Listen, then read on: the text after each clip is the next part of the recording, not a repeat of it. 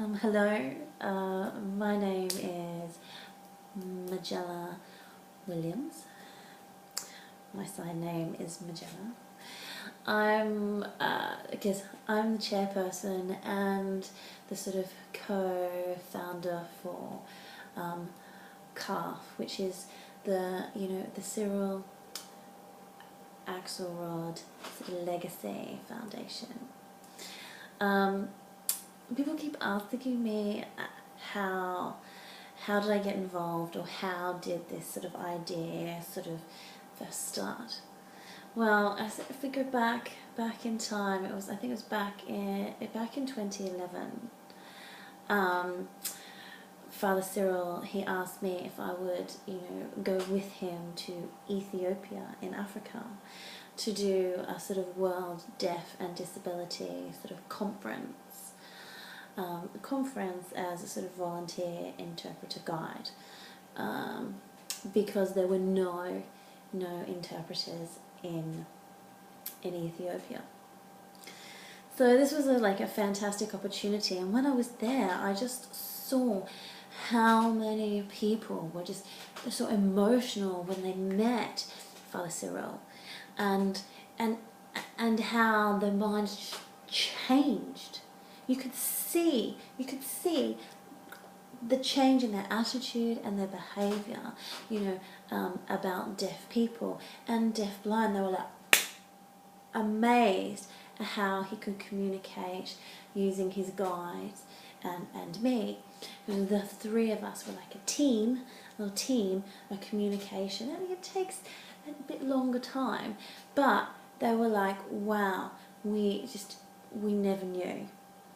And I think that never knew that our deaf and disabled brothers and sisters can be involved, and how we can learn from them. And within 1 week, they were asking us to come back again and to train them and to help them. So I think that experience just moved me and was a real life-changing time for me. And I knew that we have to continue this work and continue it into future generations. And that, when Father Cyril retires or dies in the future, I don't want his really valuable work to stop there.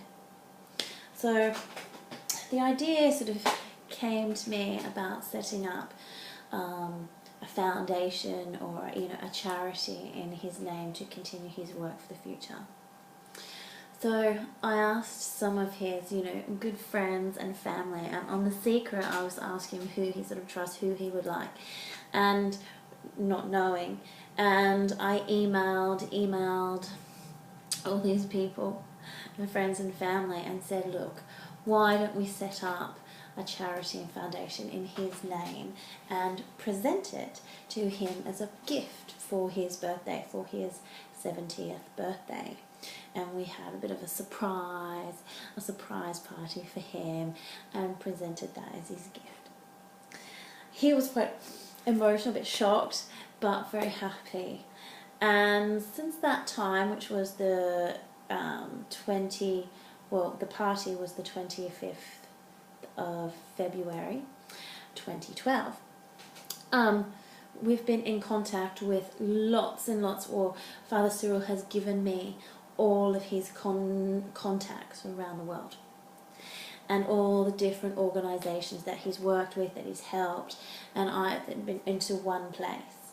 So we've looked at our vision statements and what we want to do, and I consult, and Father Cyril has been consulted in everything that we do and has asked me to lead it. Now, how did I come to be involved with Father Cyril? That's a different story, but he inspired me after reading his book, about his life, to want to train to become a teacher of the deaf. And I just happened to meet him. I went to a church service, and he and I met him, we got talking, we were very similar sort of philosophies about Africa and about helping deaf and disabled people.